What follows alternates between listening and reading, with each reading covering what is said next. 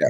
I think one of the remarkable things, it's very easy for people like yourself and myself to talk about things like GDP because we've talked about it for so long that we understand the relationship between that and everyday living. But to bring it back to more everyday terms, one of the things that Javier Milei did that really flew in the face of a lot of the critics said this is going to be a disaster, was he did things like removing rent controls. And we're seeing here in Australia, rent controls are actually being proposed and in some senses being brought in, restrictions on how often and by how much rental rates can be increased. What were the results over in Argentina of Milei actually getting rid of rental controls?